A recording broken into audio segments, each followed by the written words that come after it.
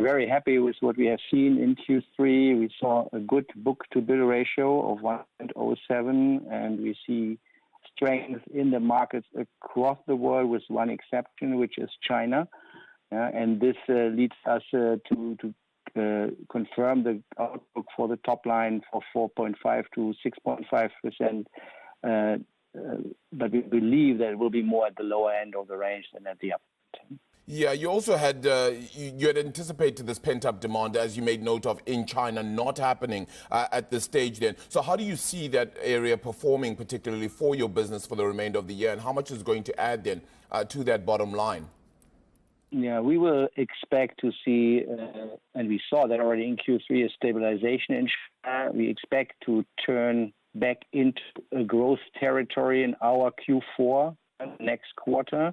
And then we expect, in particular in fiscal year 2025, to see the pent-up demand kicking in, supported by the stimulus program, which was announced by the government and which is now starting to be shaped so it becomes clear how it will work, and then it will also unleash, so to say, the pent-up demand from our customers.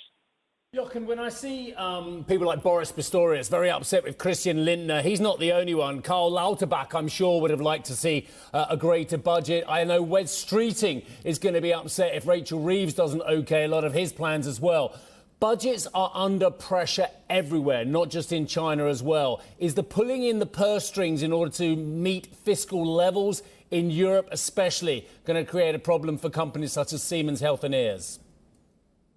When we look at the dynamics in the marketplaces, I think, as I said before, and we see healthy markets in general everywhere.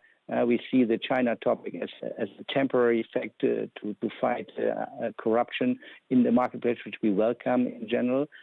And when we look at competing, I would say, demands for public budgets, I think that is an ongoing topic. That is nothing new. Yeah? And when you look at the relevance of healthcare for a working society, I'm not worried about the priority setting here. So we look forward to healthy markets also in Europe.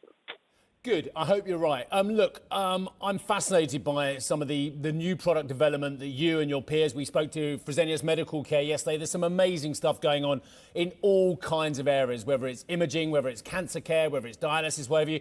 Just tell me where you're most excited about the growth opportunities, Jochen. Yeah, when you look at our innovation pipeline, I think we are in almost all businesses we are innovation leader. I'm very excited about the progress we see on our photon counting CT, helium-free MRIs, which broaden the spectrum of use for MRIs significantly. I'm also very pleased about the success we see with Italica in the marketplace, which is meanwhile growing in the higher teens on an ongoing basis.